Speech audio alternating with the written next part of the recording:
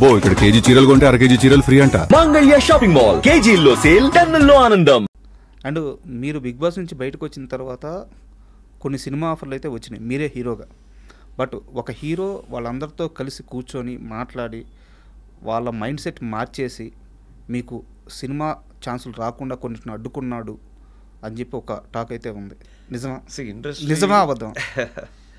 నిజం అవ్వచ్చు. అంటే బేసిక్ ఏంటంటే ఆబ్వియస్లీ మనకు తెలిసి మనం ఏ తప్పు చేయలేదు.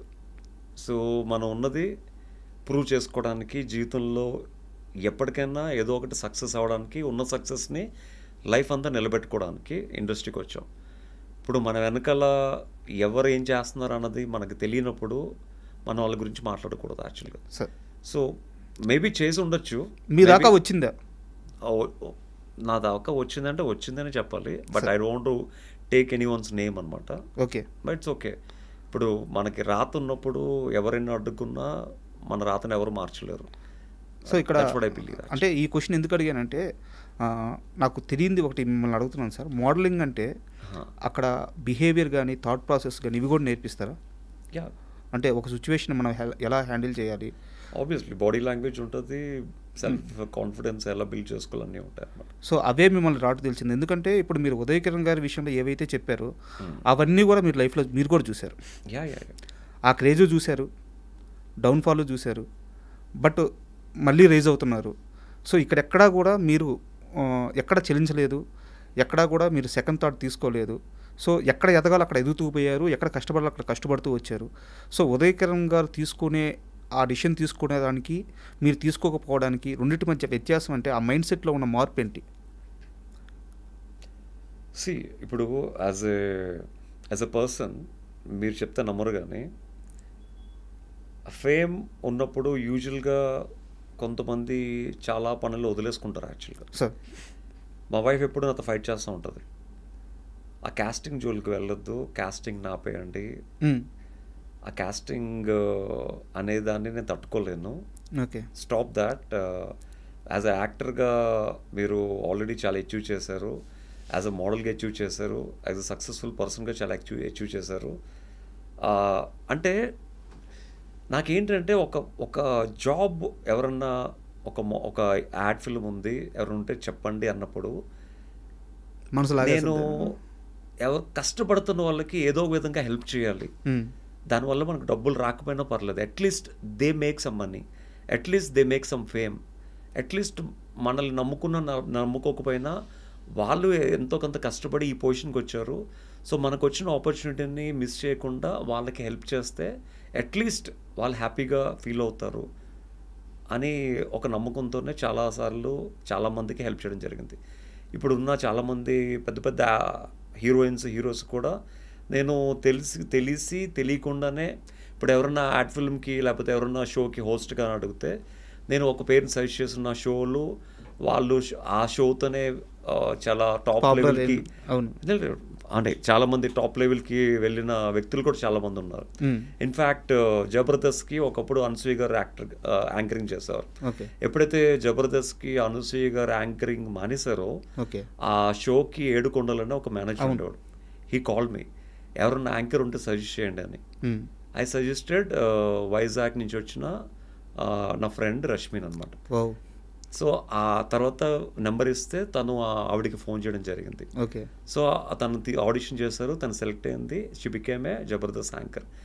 కనీసం నేను తనకి నెంబర్ ఇచ్చిన విషయం కూడా తనకి తెలియదు యాక్చువల్గా. నేను ఎప్పుడు చెప్పుకోలేదు. అవునా? నేను ఎప్పుడు చెప్పుకోలేదు. మేబీ తనేమనుకుంటుంది, నాకు మేనేజర్ ఫోన్ చేశాడు, నాకు ఆడిషన్ పిలిచాడు, ఆడిషన్లో ప్రూవ్ చేసుకున్నాను, నాకు జబర్దస్త్ షో వచ్చింది. కానీ ఆ నెంబర్ ఇచ్చిన ఏ వ్యక్తి ఎవరని తనకి అడగాల్సిన అవసరం లేదు, తిరిగి కూడా చెప్పాల్సిన అవసరం లేదు. ఎందుకంటే he wants to take that credit, నేనే మీకు ఫోన్ చేశానని. So he want reveal my name. So obviously మనకు అవసరం కూడా లేదు, నేనే వెళ్ళి చెప్పాను అని. అలాగే చాలామందికి చాలా రకాలుగా హెల్ప్ చేశాను నా పేరు చెప్పుకోకుండానే. సో ఇక్కడ దొరికారు మీరు, అంటే చెప్పాల్సి వచ్చింది కాబట్టి ఐ టోల్డ్ యూ. అడుగుతున్నాను అంతే, ఎందుకు కౌశల్కి ఛాన్సులు రావట్లేదు అంటే కోరుకున్న ఛాన్సులు ఇండస్ట్రీ అంటే ఇక్కడ దొరికారు మీరు. చేసే మంచి చేసినప్పుడు చెప్పుకోవడానికి ఏం సార్, ఇండస్ట్రీలో చేయను మంచిని కూడా చేసామని చెప్పుకునే మనుషులు అంటే ఇప్పుడు నేను చేశానంటే మీరు చేశారా అన్న క్వశ్చన్ మార్క్ నాకు వద్దు యాక్చువల్గా. నేను చేసినా చేయకపోయినా మీకు నా వల్ల మంచి జరిగింది, మీ లైఫ్ సెటిల్ అయింది, దట్స్ ఇనఫ్ ఫర్ మీ. నేను చేసానా చేయలేదు అన్నది దేవుడు తెలుసు, నాకు తెలుసు, ఇంకా మీకు తెలియాల్సిన అవసరం లేదు. అంటే అంటే అంటే whether it's true or false I don't know. My hand is very very lucky for others. My hand is not lucky for me. Okay. నా దగ్గర ఫస్ట్ యాడ్ ఫిల్మ్ చేసిన వాళ్ళు కానీ, ఫస్ట్ ర్యాంప్ షో చేసిన వాళ్ళు కానీ టాప్ స్టేజ్లో ఉంటారు యాక్చువల్లీ. ఇప్పుడు తమన్నా గారు ఫస్ట్ యాడ్ ఫిల్మ్ డైరెక్ట్ చేసింది, second third ad film direct చేసింది. అవును, మీరు హ్యాపీ డేస్ తర్వాత అనుకుంటాను. హ్యాపీ డేస్ తర్వాత భీమా సిమెంట్. అవును. సో అంటే మేబీ ఐ థింక్ ఆ క్రెడిట్ నేనే అని చెప్పక్కర్లేదు. I'm saying my hand is lucky for others, that is for sure actually. And మీ మీద ఉన్న నాకు ఒక కంప్లైంట్ ఏంటంటే 220 పైగా మీరు యాడ్ షూట్స్ తీశారు. అండ్ ఒకానొక టైంలో మీకోసం మీరు ప్రొడ్యూస్ చేసుకునే కెపాసిటీ కూడా మీకు వచ్చిందని నేను అనుకుంటున్నాను, ఒక చిన్న సినిమా అయినా సరే. వచ్చింది. సో ఎందుకు అక్కడ మీరు సీరియస్గా ట్రై చేయలేదు? ఒకరిని నమ్ముకునే బదులు నా దగ్గర ఆల్రెడీ స్కిల్ ఉంది, దేవుడిచ్చిన మంచి ఒక రూపం ఉంది, ఒక ఫేమ్ వచ్చింది, ఒక ప్రొడ్యూస్ చేసుకోగల కెపాసిటీ ఇప్పుడు వచ్చింది, సో నేనే ఎందుకు ట్రై చేయకూడదు అని చెప్పేసి మిమ్మల్ని వేరే లెవెల్లో ఎస్టాబ్లిష్ చేసుకోవడానికి మీరు ఎందుకు ప్రయత్నం చేయలేదు? ఎంతో కష్టపడితే మనకి డబ్బు వస్తుంది యాక్చువల్లీ సార్.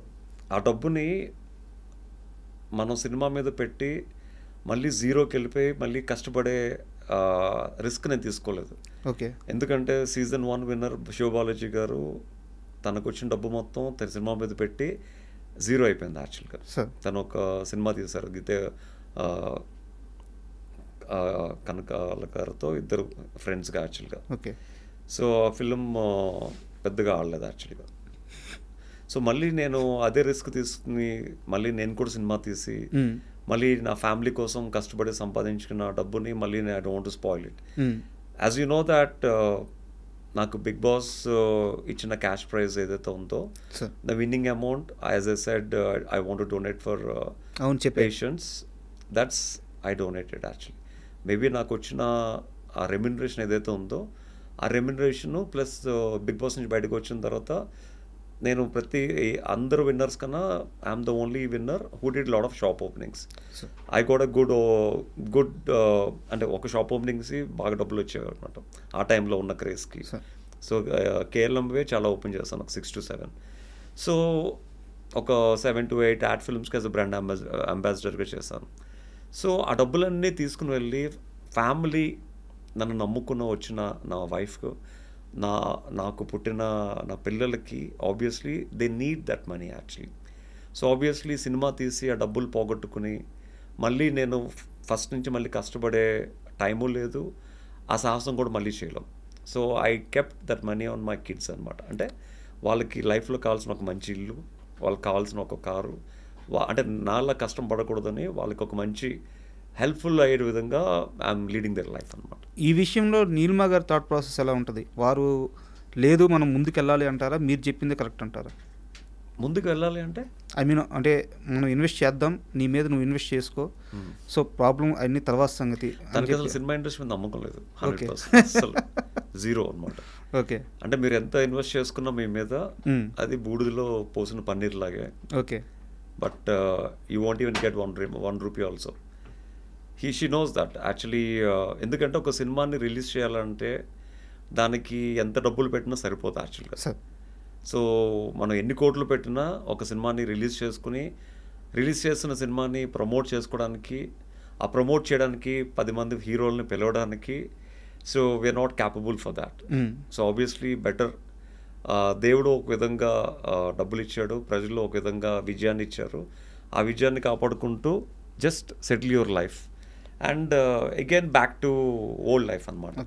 అంటే నేను యూజువల్గా ఒక యాడ్ ఫిల్మ్ చేస్తే ఫేమ్ వచ్చిన తర్వాత, ఫేమ్ రాకముందు ధైర్యంగా చేసేవాడిని, ఫేమ్ వచ్చిన తర్వాత మాస్కులు పెట్టుకుని క్యాప్ పెట్టుకుని చేయాల్సి వస్తుంది. But behind the mask and behind the cap there is a lot of hard work actually. So నేను ఏంటంటే యాజ్ అన్ సెలబ్రిటీకి వెళ్ళినప్పుడు I go like this, but ఒక యాడ్ ఫిల్మ్ డైరెక్టర్గా, లేకపోతే ఒక ఈవెంట్ మేనేజర్గా, లేకపోతే ఒక ఫ్యాషన్ కొరియోగ్రాఫర్గా వెళ్ళినప్పుడు I don't even show my face, I only show my hard work.